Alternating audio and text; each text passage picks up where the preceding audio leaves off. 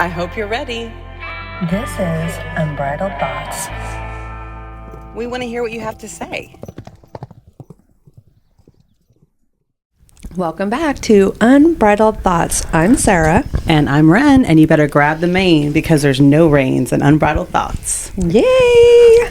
All right, today you've made the first contact, so I'm going to let you do all the introduction today. Oh, okay, yeah, I'm down for that. That'd be awesome. So today we have two people here we are so excited to talk to, Demarcus and Nicole, and both of them are involved in a lot of human rights activisms right here in Central Georgia, which is amazing. And you guys are also part of some organizations that we're going to let you take the lead to talk and share more about. But that's who we have here today, and we are so excited to just share all the amazing things that you're doing for the people here in Central Georgia. And I'm excited to learn a lot more about it myself. Yeah, me too. I know nothing, so I'm... Perfect. You guys are educating me. Well, thank you just for having us today. Yeah, truly. It does mean a lot to have us here. We're excited. I know we are too. We've been like waiting for this one for months, and we're like, Goodness. All right, so we're going to start off with our little rapid fire questions that we've been kind of just starting, but been wanting to start. You're our second person that we've done this with, and we have not released any. We have not released any with them. First dog in space. Yeah. All right. Let's get it going. A little test run. All right, so I had my question and I lost it. Oh no. Okay, we're going to just go with this one because it's in my face. Which color has the worst personality? Okay. I already know my answer. All right. I would say like an eggplant purple. There's something about an eggplant purple that just causes like a visceral like reaction in me. I just really do not like it. And I've never met someone who likes an eggplant purple color and is quiet about it. When they like it, they're going all in about it. And like my mom, it was her favorite color, and her bedroom, her wall, her curtains, and her bedspread was all that. Oh my gosh, I know exactly. I was like the 90s, like sage green. And it just never met a purple lover, especially an eggplant purple, who's just demure about it. Yeah. that's amazing. No. This weekend I had a run-in with the color burnt orange. My mother wanted to purchase a suit for my younger brother for his upcoming prom. Yeah. And my little brother, we both looked at each other and we were like, this is... Not it.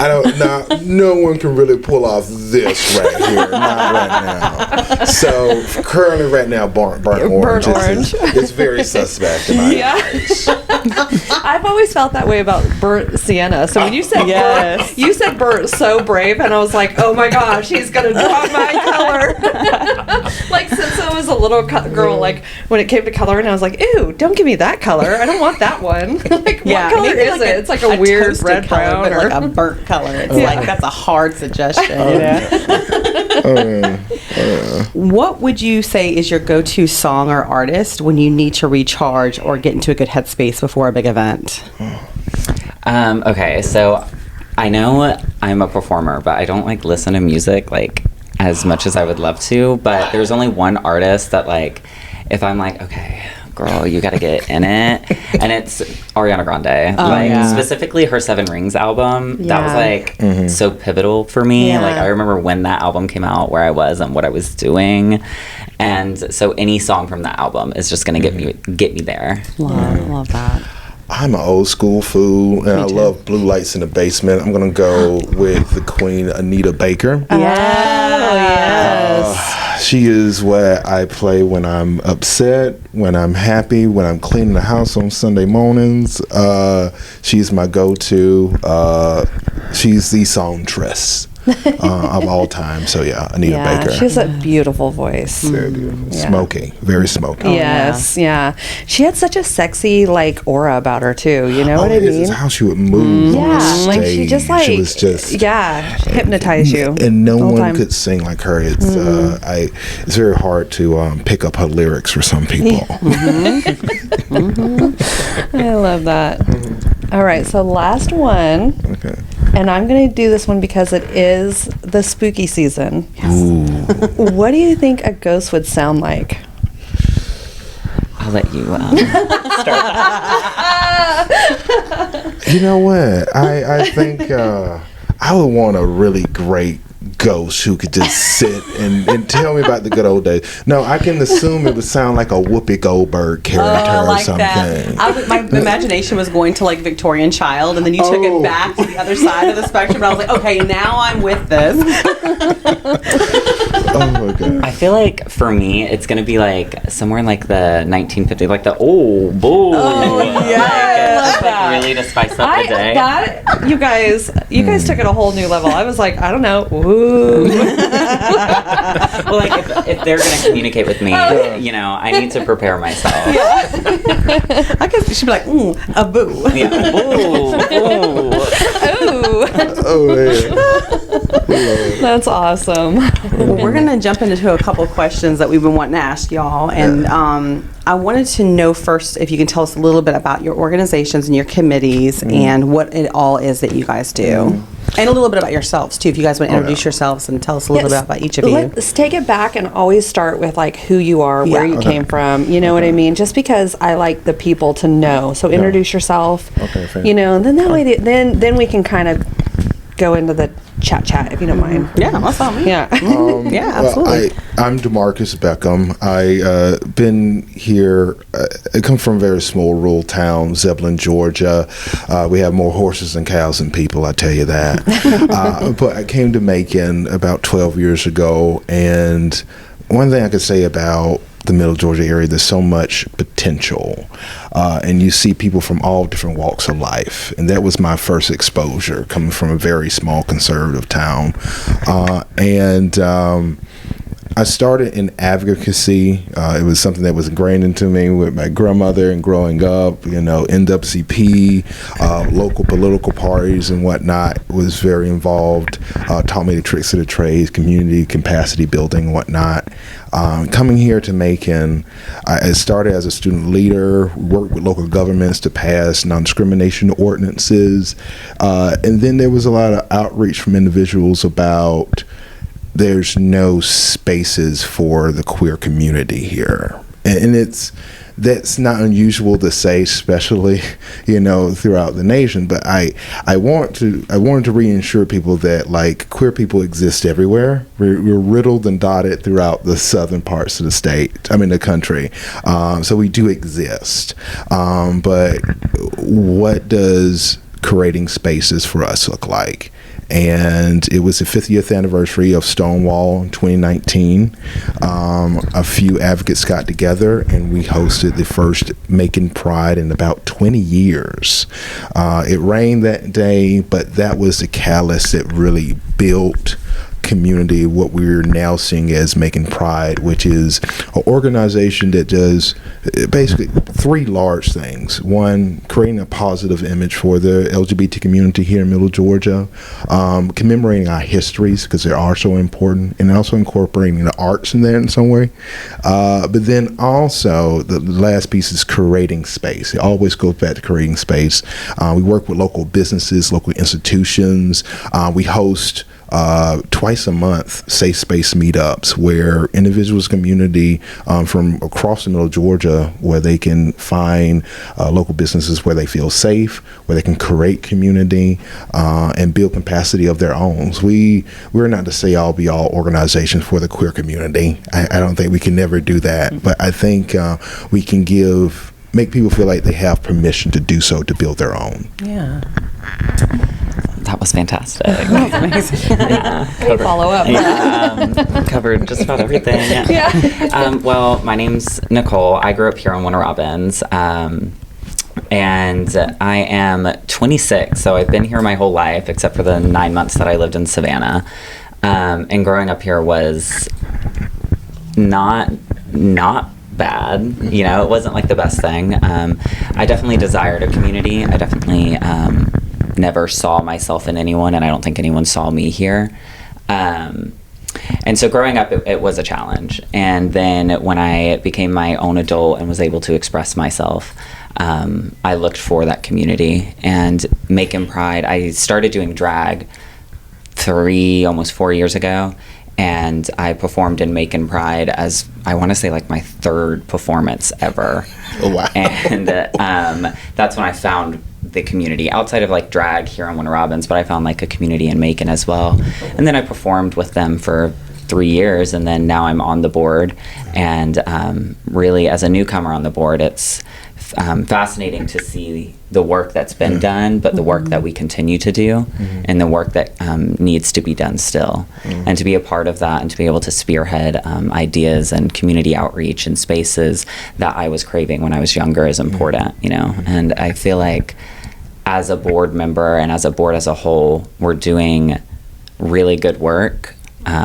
And I just want to expand that work. I think she's underselling herself. She came in on this board just swinging. She was like, tear it all down. No. I am a Capricorn. I really am a Capricorn. No, I think what a lot of prides across the state we're seeing, you know, any pride really, we're seeing a lot of pushback or a lot of drop off from like a lot of support from like large corporations and whatnot, but to still offer the same services or the spaces that we're trying to create, we needed a larger board. We started from just 4 members, then we went to 8 members, and now we're up to 15 members on our board. Wow. And it allows us, especially now that we are a year-round organization, we needed that capacity. So having new points of views like Nicole coming in, or diversifying the board of when it comes to racial backgrounds, social backgrounds, synergy, occupational synergies and things of that nature. We really wanted to make sure our board looked like our community that we lived in. Yeah. Period. Yeah. Period. I love that. Would you mind sharing a little bit about the history of Stonewall? We're familiar with it, but just in case our listeners have not heard that story yet. Yeah. So in Stonewall wasn't the first, I would like to say. I knew that. Yeah. So that you have like Compton's Cafeteria, you have the Black Cat, all on the West Coast, who were the first somewhat of a protest of queer individuals, primarily individuals who are of the trans experience or people who are African American or Hispanic, where they fought against brutality of police officers and local governments. And a fateful night in June in 1969 in Greenwich, New York, and kind of like a dive bar type place. I think people think that Stonewall was this 3-story life of luxury bar. No, it was the last place that you wanted to go, but it was mob ran, to be very honest, to say that. Yeah, a lot of clothes back then weren't they? Because it was how you had the mob, many mobs protecting the community, and so regular night, police came out and rallied everybody out of the bar, and many of the patrons said, "Enough is enough." And they fought back, and it ended. It was a 3-day riot or protest of sorts, which led to. It was one of the first reported in a lot of the national media, so it got a lot of attention. And it kind of was the catalyst for a lot of what we see today in terms of resistance.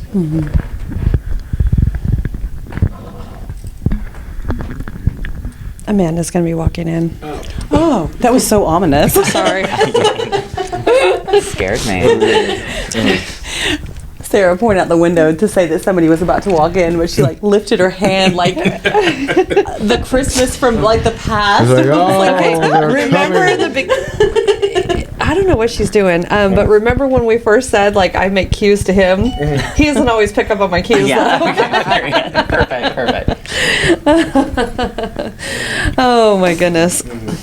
I'm so sorry I interrupted you, though. Carry on. Oh no! Carry on. And I think we saw that movement that started in the 1969, and we're seeing Pride.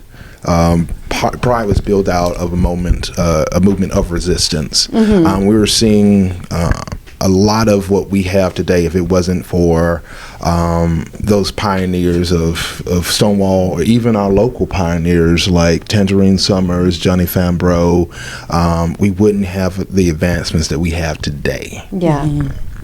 I think too, I take for granted that so many people have walked ahead of us that have protested.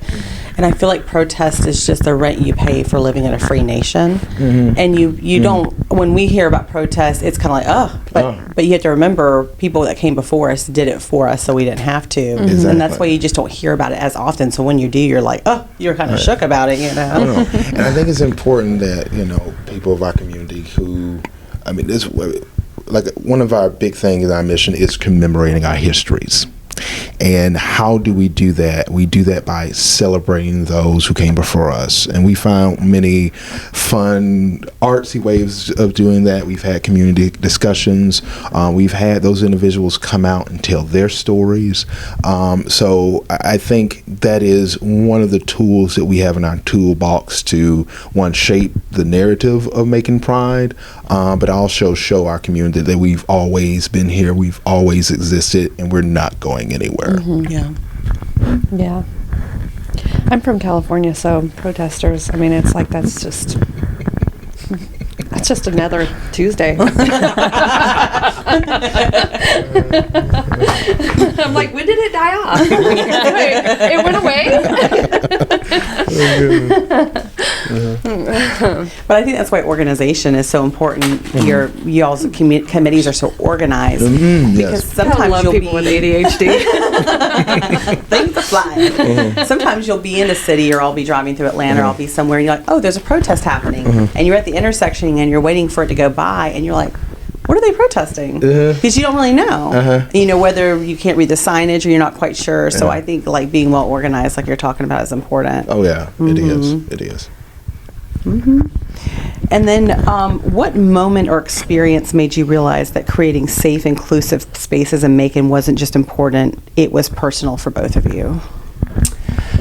I touched on it a minute ago, but when I started doing drag, first off, when I started doing drag in general, I didn't want to do drag. I knew that doing drag would open me up to my trans identity that I was like pushing down for a very long time. But when I performed at Macon Pride and I saw like the impact that just a performance of being out in the public during the day and like being visible, I saw the importance of that. And then doing it year after year, it grew and it kept growing. And my drag character kept growing. I kept growing as an individual. It made me realize that I hold a lot of power within myself. And growing up, I craved a community. I craved someone to look up to, someone that I saw myself in, and I never got that. So being able to like be that person is important. Being able to be the person I needed for those who don't have them is important. And with Macon Pride and being a public figure, I take that role on very humbly. It's something I needed, and I know it's something others need. So, yeah. I love that. When I first started doing a lot of the advocacy work and working with other advocates in the area, we got all the time, there is no space for us here. And that was very upsetting because we were, again, at a very small scale before we started Making Pride. We were having like meetups now and again. We would go, we would have a queer night, support a local business, which was nice, but people were very adamant about creating something that was genuinely and belonged to our community. I never really fought against that idea of having something that's for our community, but I wanted to make sure people understood that there's a lot of work that goes into, there's a lot of like safety and security, especially with a business, being in a rural area, if you would count Macon as a rural area.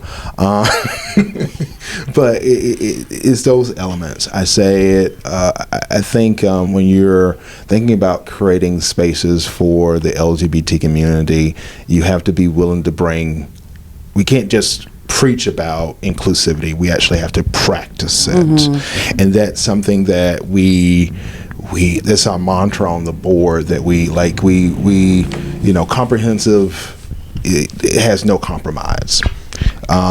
We wanted to make sure we bought. I mean, this year was one of our big initiatives. Was people reached out to us like, well, during a Pride, we would love a space for our kids, because so happens queer people also have children.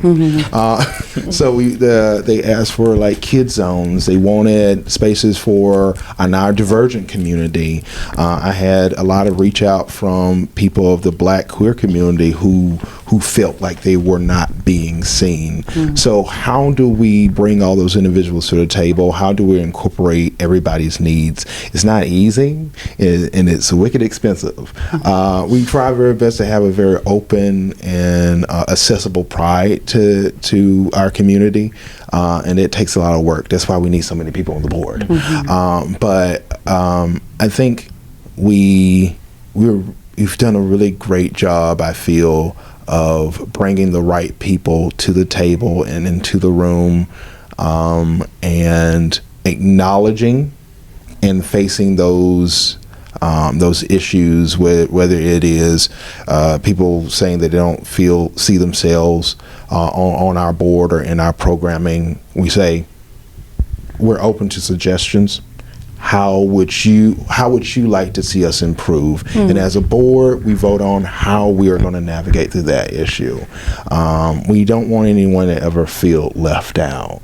I will say we're still a very young Pride. We're only 6 years old, and the grounds that we have made, I feel other Prides are actually coming to us to see what our methods are and how we're running our programming, and it's very excited, because I would like to say Pride, our Making Pride, again, it is special to us, but it was based off of a lot of the work that other Prides across the state, rural Prides, were already doing. It was just copy and paste, but making it our own. Yeah. So we can really say thank you to like Savannah Pride, Augusta Pride, Columbus Pride, Colgate Pride for inspiring a lot what we do.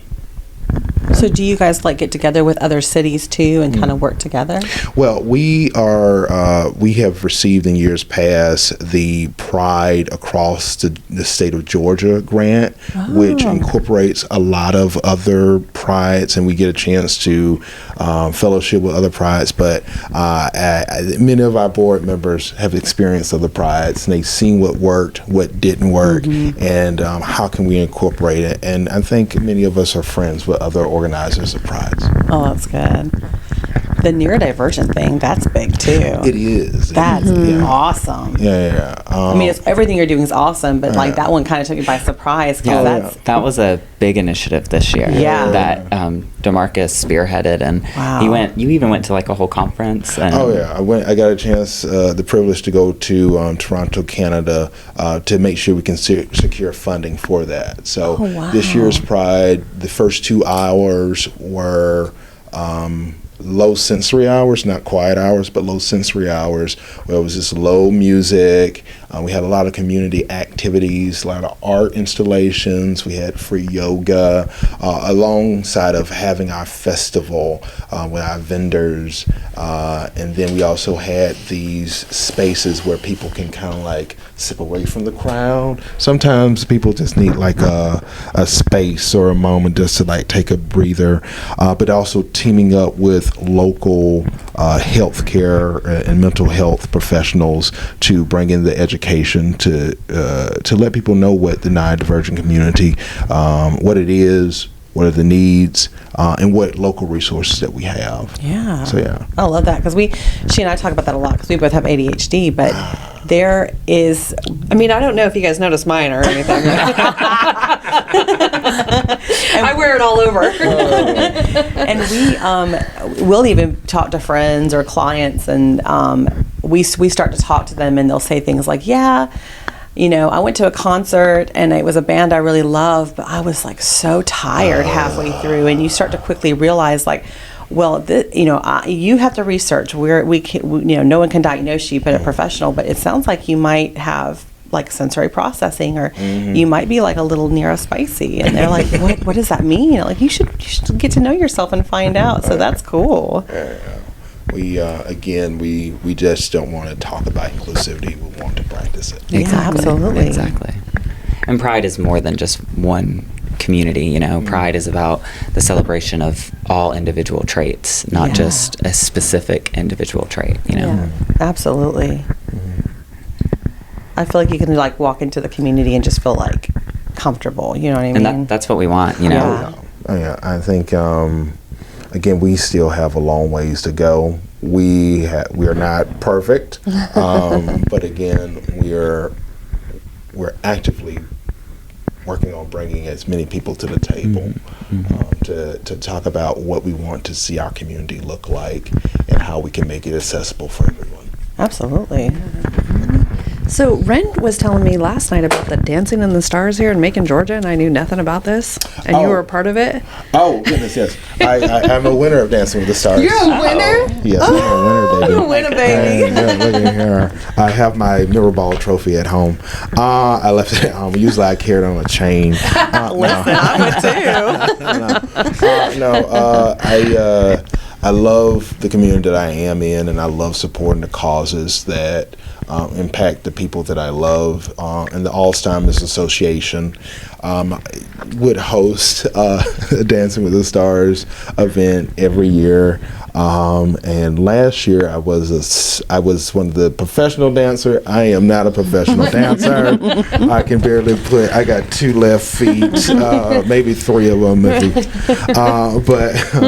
But that was a great experience, and I just enjoy, again, just finding ways to support my community. I've never even heard of this. She's like, he was the winner of Dancing with the Stars. I'm like, what? I've never even heard of this either. Yeah, so did you work with choreographers? Yes, What are we talking about? Yes, you work with my Deborah Leathers, who was my dance coach. We worked for about 3 months. Wow. Just giving me the basics, but we walked away with a mirror ball trophy that night. That was my only goal, and I think 2 years after I became a dancer, and I danced with a good friend of mine, Kendra. We didn't take home a mirror ball, sadly. Sadly, wrong. But it was a great time, and I think. Just like making Pride, I think having more events where the community can come together for a common cause is very important. Yeah, and it's fun too. And I mean, anything with the arts is like always like so much fun. So much fun. Oh yeah, it is. It's cool. Yeah. I did not know this about you. That's crazy. We can do a little tango later on. No, I can't dance. Oh my gosh! Well, you're a drag queen. We gotta work That on this. does not mean I can dance by any means. I go out there and I wing it and hope for the best. Well, you do it well. You're so good on the What can I stage. say? What can I say? It's the hair. It's the hair. The choreography. It's the hair. It's all it is. It's just all hair.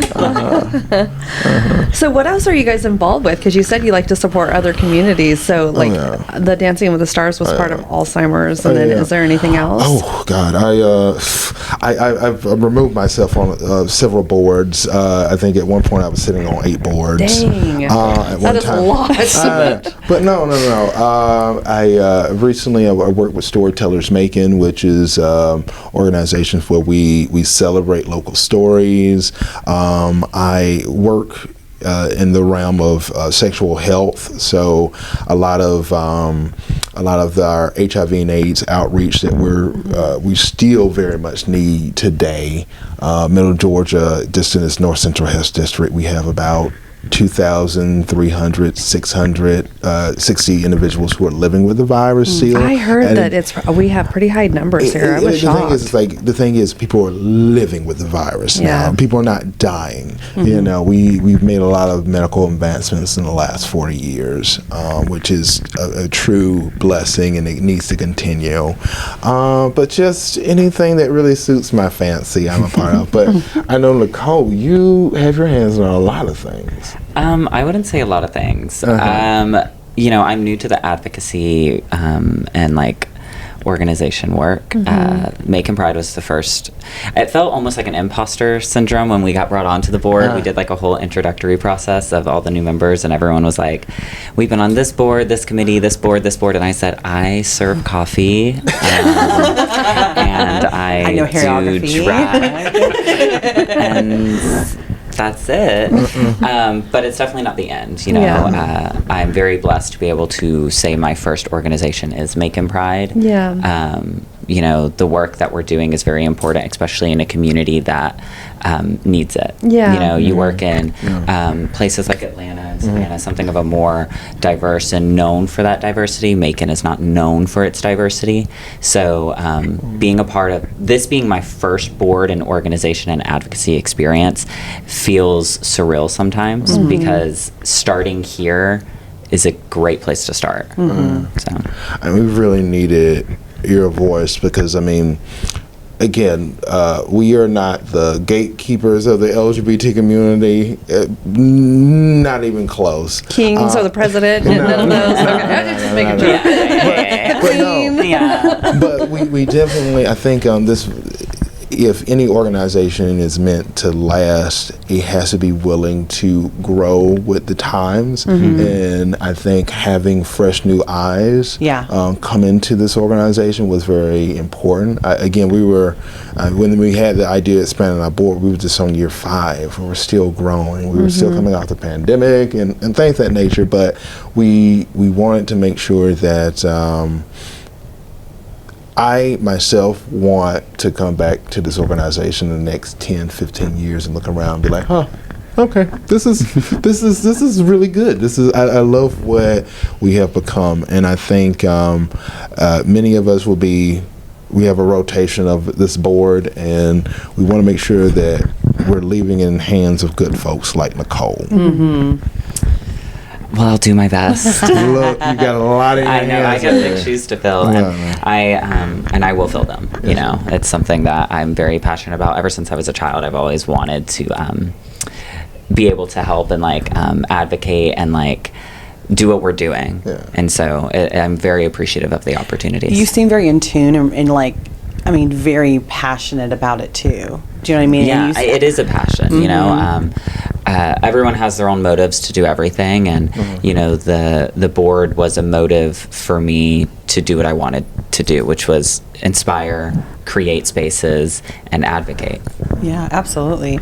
And I think too, you're building the unseen. It's a vision, but in the physical world, it's unseen. So it's good to have that visionary sort of imagination, so you can alchemize what you're thinking about. You know? Exactly. I love that we have about, I think, close to 7 to 10 committees of our board, and it's built up from board members and also community members and volunteers that we have.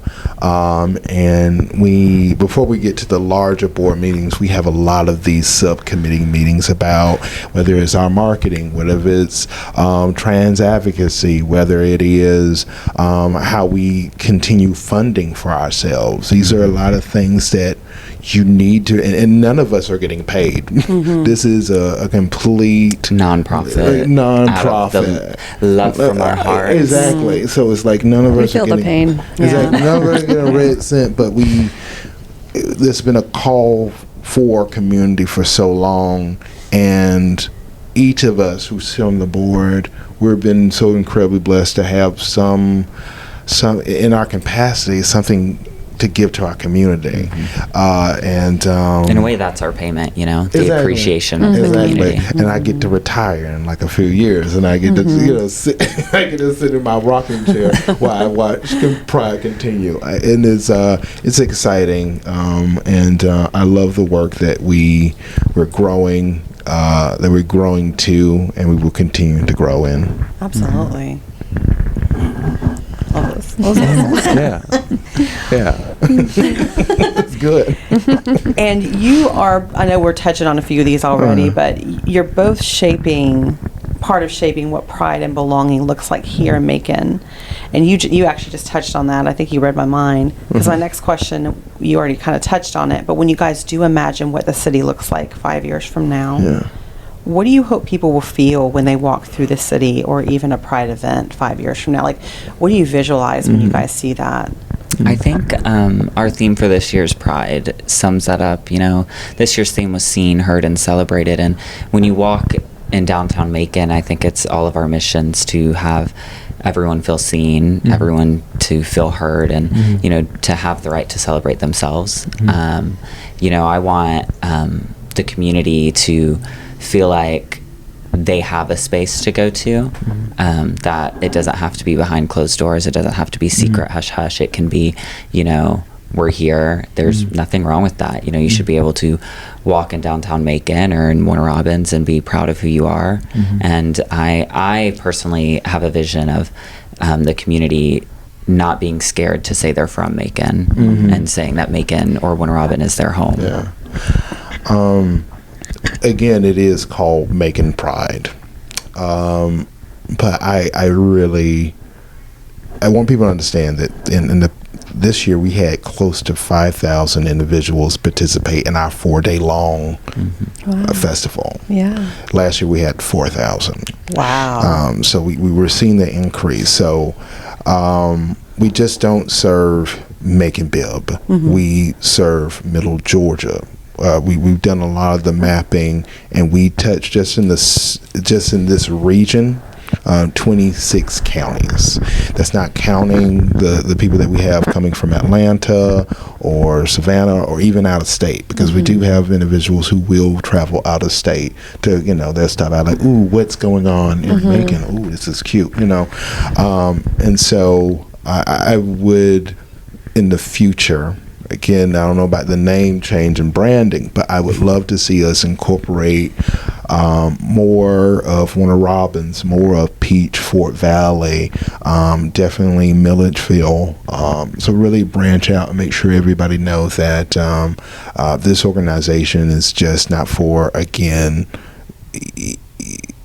just not geologically, geologically, and that we're more diverse than anything else. So really pushing out and branding out to other counties. Our home base is in Macon, but that doesn't mean that's where our borders are, you know? Right. Exactly. Absolutely. Exactly. I love that. And then, who is someone living or past who has inspired you and who reminds you why you keep showing up? Okay, so this question was a doozy for me. I was sitting there and I was thinking, you know, growing up, I never had a role model. I never looked up to anyone. There was no one, like I said, I didn't see myself in anyone. So, and I didn't feel like anyone saw me. So, and I feel like this is going to sound conceited, but not in a negative way, but myself is that. You know, No, I see the growth that I've been on, and every time I look in the mirror, I see where I was and who I am now, and the things that I've experienced personally, and you know, being able to empathize with others through my own experience is something I pride myself on. You know, I have this belief that we are all one person. You know, our lives are just painted under different focal points and lenses, and you know, it's about putting on those lenses to understand each other. And I think, just like myself is a very very important person to me. I love that answer. I think for so long, especially in my generation, we always put each other like, oh, put others first, put others first. And then you have these broken down people, you know. You know, there's this. So I celebrate that. You know what I mean? That you're proud of yourself, and and you've fallen in love with yourself, and you like who you are, because not everybody can say that. So right there is a feat. You know, this is going to sound so cliche and so gay, for lack of better words. But, you know, RuPaul, she says, if you can't love yourself, how in the hell are you going to love somebody else? And at the end of the day, that is all that there is to it. Life is about loving yourself. And when you find true love within your own identity and within yourself, you can appreciate the identities of others. Yeah. So. And I say it too, I mean, I run a business, so there's sometimes here at my business, I'm like, if you don't love yourself, how are other people going to love you? Exactly. If you don't respect yourself, how's anybody else going to respect you? So, and I mean, that doesn't matter who we are. You know what I mean? Yeah. We don't have to have gay pride. We don't have to have any pride. We need to start loving ourselves, and then we can love other people. Exactly. and other people can love us, you know, have a heart. For me, I love being an organizer. So I would like to say my I would like to say James Baldwin and Bynard Rustin. If you know who they are, you know who they are. Those are like, we would not have the civil rights movement if it wasn't for those two black queer men who uplifted Martin Luther King. Martin Luther King would not known about the nonviolent approach and Gandhi's teachings if it was not for Bynard Rustin. You wouldn't have the writing of the civil rights movement if it wasn't for James Baldwin and his fantastic playwright. He was a great playwright and artist. Giovanni's room was fantastic. But I will say my first organizer who taught me was my great-grandmother. She loved like God loved. And I miss her every day. She's the only person I've ever come out to because I felt like no one else really mattered. Like, she's the only person I really had to impress. And I think about her every day, and she is the reason why I do what I do, because community was her cornerstone. She was a single parent raising 8 kids in a 2-bedroom house with an outhouse. That is a strong black woman. Couldn't do that today. So it's just a constant reminder every day that I wake up that put community first, and what you pour in your community, you will get that back. Because I think she thrived off of community, and she instilled that in all of her children and grandchildren. That's awesome. Yeah. I was thinking you were probably going to mention your grandma because of how you were talking about her earlier. Oh yeah. She was a big focal point in what I do. So Making Pride can thank Esther Mae Booker for. It's so cool too, because the listeners can't see it, but like right after you talked to her, the light in this room just totally changed. Look, it did. It was her glow. Yeah. It was her glow. It's literally like this beautiful ethereal golden glow in here right now. And it's like gray skies everywhere without coming in here. Yes. Like, I can feel her warmth. Yes. I'm sorry. No, don't. No. Please. We love. I mean, that's what we're all about, is just trying to let people be them authentic selves, you know? Yeah. Yeah. And in a way, and tears happen. Oh, yeah. Yes. They do. Yeah. Yeah. I actually just watched a whole thing that, like, authentic tears are like a power that we take for granted, because while we're breaking down, we're actually like stepping into the next timeline. Yeah. And it, like, I'm a crier, so I'll cry over anything. And now it has a whole new meaning. Can I touch on that too? Yeah, absolutely. I've never been someone to experience like crying and huge emotions, until I started my trans journey and I started experiencing like estrogen and hormone blockers and being able to experience like crying and emotions, and it made me feel so in tune with myself. Yeah. So, being able to cry isn't necessarily a bad thing. No, it's not. It's always a good thing. You might be crying about something sad, but it's getting that emotion out that is impactful and important. And sometimes it doesn't even have to have. I mean, I cried when I saw my babies for the first time. You know what I mean? Yeah. I cried the first time I saw my puppies for the first time. That I knew I was adopting or whatever. It's just like, I mean, it could be a love cry too. So it doesn't have to be just sad cries. I love a good cry. It's so healing. Good cry It's is so so good. cathartic. I think everybody deserves like once a year a good ugly cry. Well, they hang around with me. They see a lot of ugly cries, but And sometimes you make a lot of space in like your subconscious and your psyche when you cry. You make a bunch of space, and then all this stuff floods in. You're like, It is so therapeutic, just It one is. good crying. And there's nothing worse than when you're just like, I just need to cry. Yeah. And like you're not crying, and you're Yeah. like, I just Come on. like, please, for the love of God, just let me cry. please, where are you? And then, what's the one most important thing that you would like everyone to know about Making Pride and its mission? I know you guys said inclusivity. You kind of already touched on that. But is there anything that we haven't touched on that you would like people to know? I want them to know that we're here. Yeah. You know, my big thing about when I joined the board was I was like, y'all know a lot of people don't know about us, right? Like, you know, we have 5,000 people that come and see us, but, you know, there's so many more people out there. And a lot of it was marketing. You know, I came in and they put me on the marketing committee, and, you know, I took that and I ran with it. I was like, okay, cool. My biggest mission coming in was expanding our outreach. You know, I felt like not enough people knew about us. Yes, 5,000 people knew, but that's still not enough. It's still not. And so I came in and I took that and I said, okay, we're going to market. And when I say market, we're going to put work in. And last month, I mean, oh my gosh, last month I was so busy. It was, we were building up to Pride, and, you know, I was pushing out advertisement. And, you know, it got us to 5,000, which, That's you know, awesome. was 1,000 more than last year. So it just proves that marketing and that outreach is working. What I can say about Pride, and I want other people to know it, this is a community pride. I think people see the large-scale prides of like WeHo in Los Angeles or New York or even Atlanta Pride, the most closest pride to us, large scale. I think those prides are very important. But also, there's nothing like having a community where you are.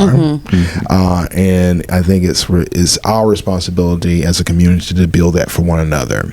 I remember one of my first times going to Atlanta Pride. Wonderful scene, but when I first walked into Piedmont Park, there was this tall, chocolatey man, y'all. And all he had was a backpack, some red Andrew Christian underwear, and some Jordan sneakers. And then not even like a half a second later, the next thing I saw was a happy family with the kids in the stroller. Yeah. And I was like, I don't think we Making Pride would be that drastic. But when we first had our first Pride, I had a parent reach out to me, and she asked me two questions. She asked, one, is this something I could bring my kids to? And is this going to be safe?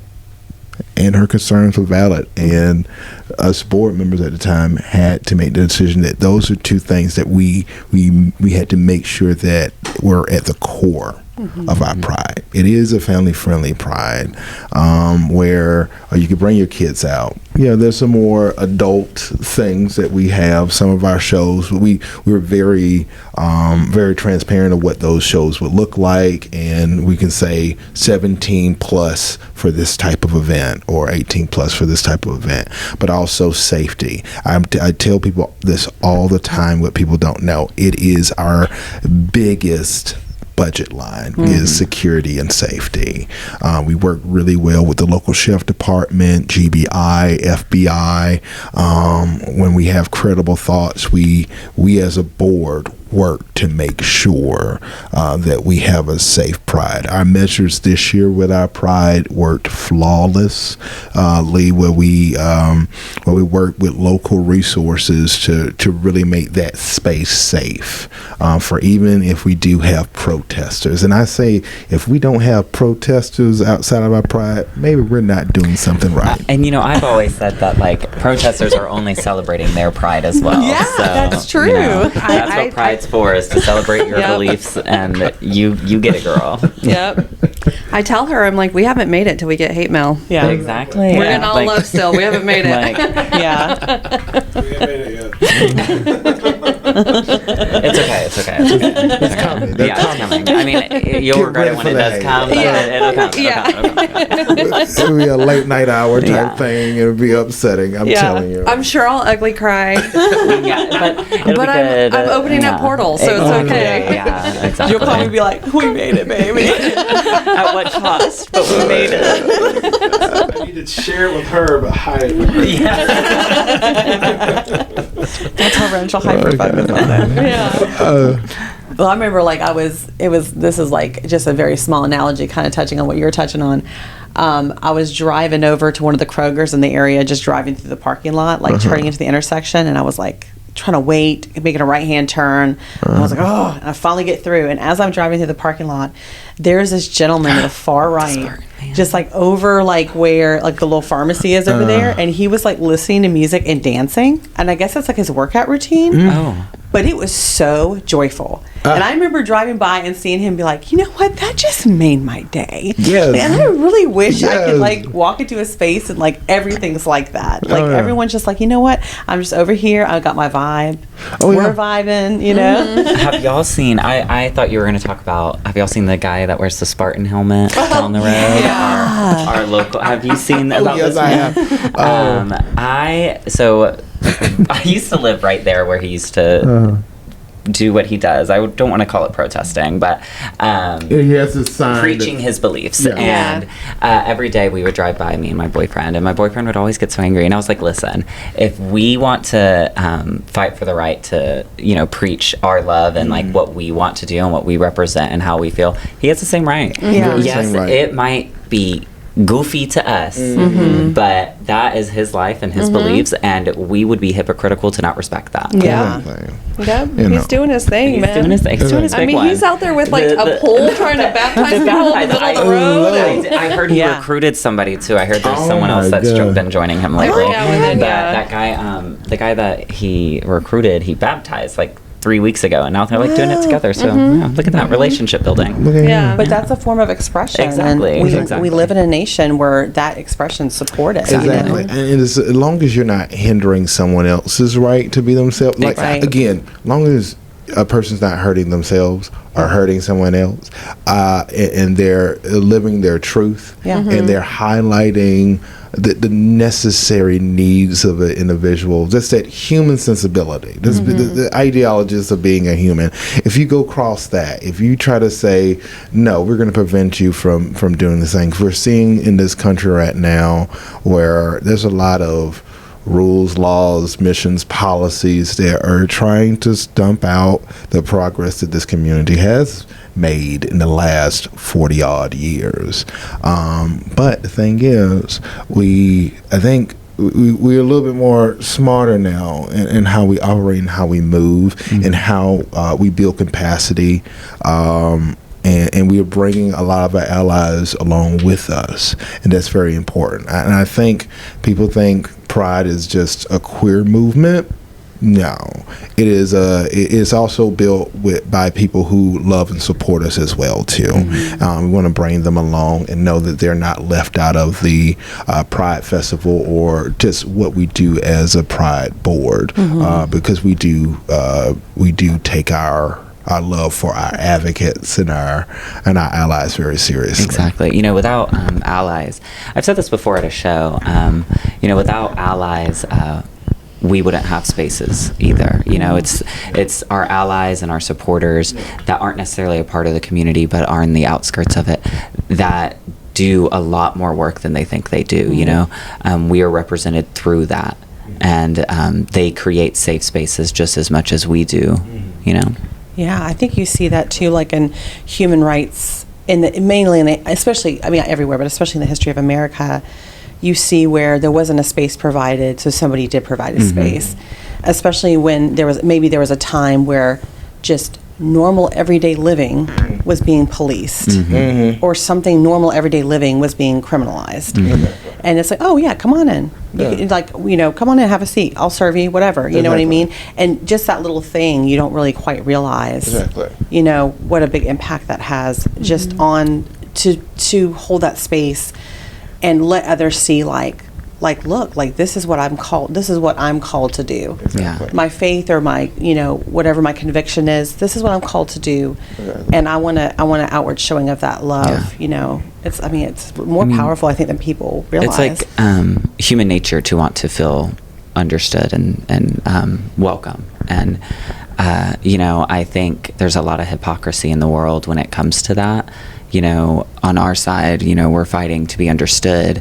And on the other side, they're fighting to be understood as well. You know, they're like, well, this is my belief. they might be going about it in a more strong way, but Yeah. we're saying the same thing. We're all Right. fighting the same fight. Yeah. We're just not willing to look at each other and see that. Yeah. We're not seeing each other. We're just seeing our reasons. We're Yeah. seeing what we don't like, Yeah, instead we're of seeing- seeing what brings us on equal playing fields. Right. Yeah, that's beautifully said. It really Thank you. was, Yeah. yeah.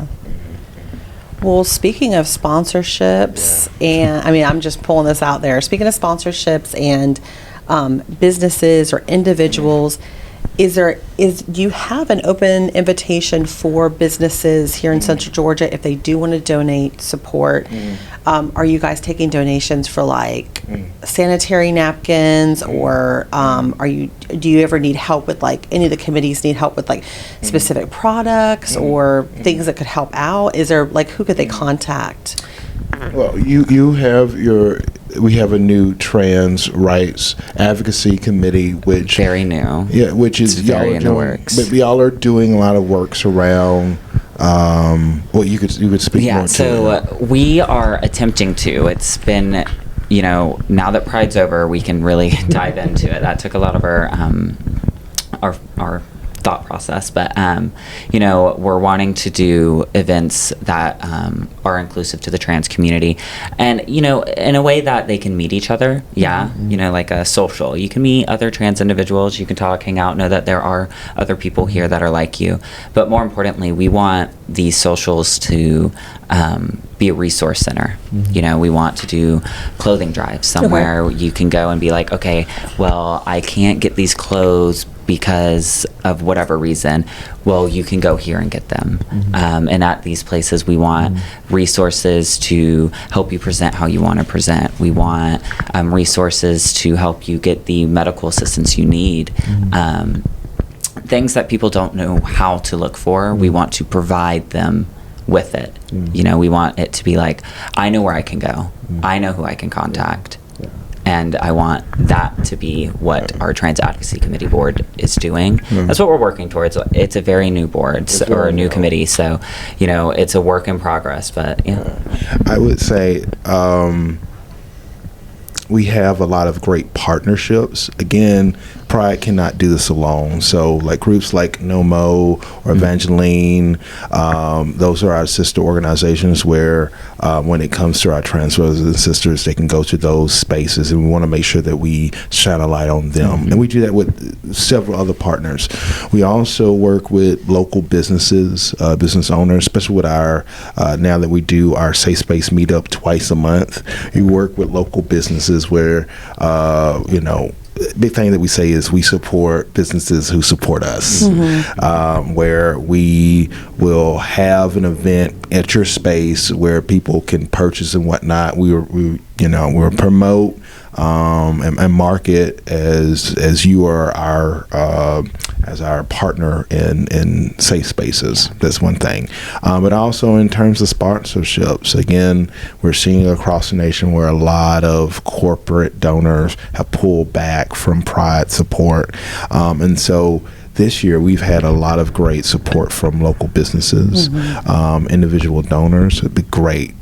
Because now that we're moving from just being a festival and now being a 365 movement, it is more expensive. We have many people on our board who are now writing grants for a lot of the things. But again, the goal is to make our Pride and our resources as accessible as possible. Exactly.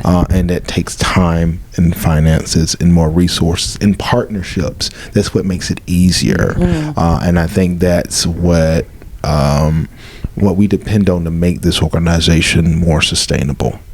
Yeah. And, if anyone is wanting to do partnerships and, wanting to reach out to Macon Pride, you can go to our website, www.maconpride.org, where you can donate. There's a donate tab to donate to just Macon Pride to help us fund whatever we need to do. There's partnership tab where you can send us an email saying you want to be a partner with all the information, and we can get that running.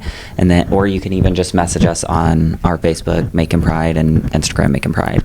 And Very active. we have, I want to say, like 4 members of the board who run our Facebook and Instagram. Nice. So someone will answer. Someone will answer. So we're here and we're ready and I think the community is ready to, move forward together. And the best way to do that is with partnerships. Yeah, absolutely. I mean, I'm sure that there may be some businesses listening that want to. Look, you have been a support of ours as well, too. When we have our large sales events, y'all have donated your time and your services to what we do. So just on behalf of Making Pride, we want to say thank y'all. Oh, Yeah. Thank y'all. For sure. For sure. Yeah, you're welcome. Yeah, we love supporting. We love just supporting our local community and like everything that everyone's putting everything into. Yeah. Like it's just such a beautiful thing. Again, it truly takes a village to lift these things off the ground. So thank y'all. Yeah. Yeah, truly. Thank y'all. Didn't y'all do a raffle for the Empire as well before? Yes. Yes. Okay. So y'all are just throughout the community. Thank you for your support. Yeah. We love everything you do. I mean, and we love just performing arts and the arts, and we love the community. Like we love everything. I mean, especially that art gallery y'all did a couple months ago. That was so cool. Yeah, we wanted. Did y'all go to Pride this year? That's the real question. So we're doing. we both run our own businesses, so it gets a little bit harder. But I'm going to try to be more proactive next year. Try to block my book a little bit more. We had this really cool art installation this year. That's I'll what. let you Yeah, talk that's about. what Demarcus was telling us about. So every year we've always had like a graffiti wall, and it's a great community building piece where you have people from all different ages come and they make their mark on our graffiti wall. But this year we added an extra element with our Unity project, which had 36 identifiers that really connect us all. And the ideal is like this, it was a web of yarn that connected these 36 identifiers, whether you were a person who had ancestry that goes back to Europe, are you an artist, are you a person who's bisexual, are you all these things that really make up a person. And you step back and you saw this project and you saw the interconnected web of the yarn stitches. It was a beautiful thing. It was That a was very so beautiful. colorful piece. And especially like at the beginning of Pride, it wasn't as full, and then you have the Pride event and then the worship on Sunday the next day, and the amount that it like filled up is so beautiful. It's almost like a blanket now. Yeah. But it's going to be it's an art installation piece that we created, the community created together, that will be on display downtown in a storefront going forward. Oh, cool. So It's really cool. We want to, again, a big part of our community is our art. Macon is a cultural center, a backbone of so many art communities, and why not have more community installations where we can show our differences are very much our similarities. Yeah. Yeah. Absolutely. Yeah. We went last year to the one the drag. I think the closing night drag show last year. Oh, the house party. Yeah, with what's her name from Atlanta? It was on Drag Race. Oh my goodness. La La Ree. Yes. La La Ree. Yeah. Oh, La La Ree. You went to the house, the JBA one. Yes. Yeah. So, That one was good. And the fun that happened after the show. Oh. The good show. Oh gosh. Well. But this being downtown Macon, right? Yeah.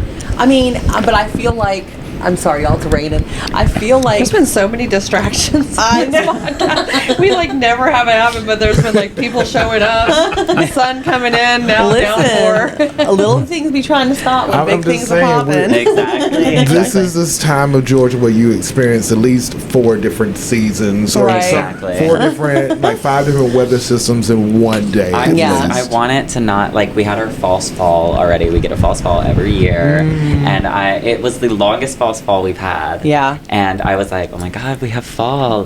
No, because why is it 96 the next day? Like, Yeah. oh Yeah. my But gosh. that didn't stick around, which I love. Yeah, you it's know? really up and down. I Truly. know. I have ADHD, so I kind of like the bipolar weather. Yeah. It makes me feel at home. Look at here. Yeah. This is how I you- work outside, so Oh, do you? It's keeps me guessing, keeps me on my Oh, toes. yeah, because you said you work at Seven Roses. Yeah. Okay.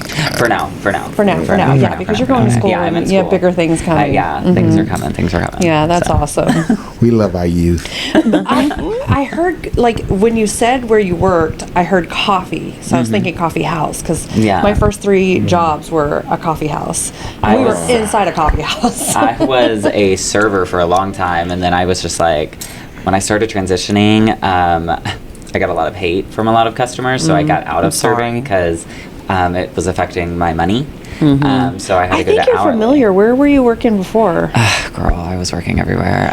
Okay, let's start with, I was at Buffalo Wild Wings for like 3.5 years, Okay. and then I was at Black Barley for 3.5 years, and then I opened up Walk-Ons. I opened up another Broken Egg. I saw you at Black Barley and then at another Broken Egg. Yeah, Another Broken Egg you was weren't there where- very long though. It was like when they first started. Yeah, huh? yeah. I was there for probably like 6 months. But like I Yeah. said, when I started Another Broken Egg You is were when our I server one day. started my transition. And I would get tables all the time that would be like, we don't want you as our server because you're trans. I would get tables that would pull like my manager aside. Like it was a lot, and it was affecting my mental. And I remember I woke up one day and I just called my manager and I said, I just can't do it anymore. I'm very sorry that happened, but you have to have your peace. Exactly. And mean- and it was affecting my money. Like I Yeah. couldn't do it. I could probably do it now. I'm more confident and more, I hate to say it, like I'm more passing now Yeah. than I was then. So I probably could go back if I really desired, but I don't. I mean, so- it doesn't affect somebody's life in any way. That's the thing that's wild to me. Yeah, I had a customer say that they didn't, they couldn't believe that I put it in their face like that while they were eating breakfast. And I said, you came here. Is it? Like, I work here, Deepa. Yeah. So, Wow.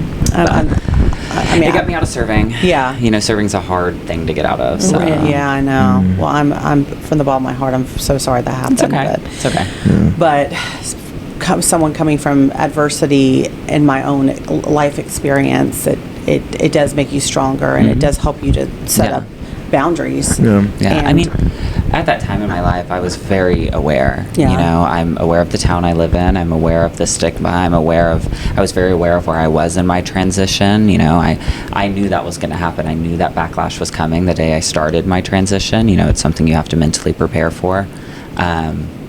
And I mentally prepared for it until I couldn't handle it anymore. And it's about valuing yourself, and it's about, taking that initiative for yourself. So. And I think I feel like it puts you in a place too where when someone's sharing with you the adversity that they've experienced, you can sit on the other side of it and say, I was right there. And you can Exactly. feel what they feel when Exactly. they're trying to open up for the first time to share with Yeah. you, with somebody else about it, an adult Yeah. or another person, Sorry, it's making a little emotional. So I'm so. got tissue. I know We you're have so tissues excited here.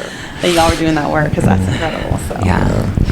And I think people forget that it's a lot easier to put yourself in other people's shoes than you think. You don't Yeah. necessarily have to experience exactly what someone else is experiencing to Exactly. experience the emotional turmoil. Exactly.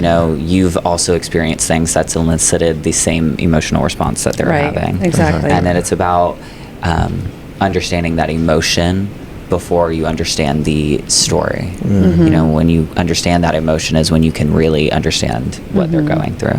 So. I love that. Well, if anybody wants to find y'all on socials, your individual socials, Oh, okay. do you okay. you guys want to share Oh, those? yeah. Okay. Are you comfortable? Yeah. My Instagram is so embarrassing. My Instagram is Nikki Wiki Uwu. Yeah. That should have been your drag name. You missed out. Thank God it's not. I do love my username because it gets like such a funny response. cute. But and then on Facebook it's just Nikki Hamilton. So. And I'm just Demarcus Beckham in all the places. You can even find my phone number on back of bathroom stalls, I'm sure. No. But if you want to find out more about like Making Pride and the awesome program that we have now year round, Facebook, Instagram, I believe, do we have Twitter yet? Or We do X? not have Twitter or X? Discord or anything yet. But just Making Pride. Yeah, just Making Pride. And then also we have our website, makingpride.org. We keep that updated. Well, I don't. I think you do. I don't. Julia keeps it Julia, updated. okay, fantastic. We, like I Hi, said, Julia. shout out to Julia, the hardest working woman in Macon, Georgia. But no. Yes, please don't ever hesitate reaching out to us. Like Nicole was Nicole was saying, we're taking a more active role on our social media compared to years past, and it's due to our just awesome rock star team, marketing team, who will, you message them, they will reply. Yes, someone will reply. If it's not me, I try to get to it first. I try to get to it first, but if it's not me, it's going to be someone. So Yeah. That's awesome. Yeah. Well, this has been amazing. All right. Thank you for having us. Thanks for having us. Thank you Thank so you guys for much. coming. This is great. Yes, This is great. And now I you're knew- gonna have to leave in the middle of a. perfect. A monsoon Kicking us to the outside. curb. Perfect. Right in the middle of a. Yeah. In Georgia It's weather. okay. This is how we Oregano. live. We're I used to live that, 40 minutes right? down the road. We're Yeah. okay. It's okay. I gotta get a boat and row back to Macon. Yeah. Yeah.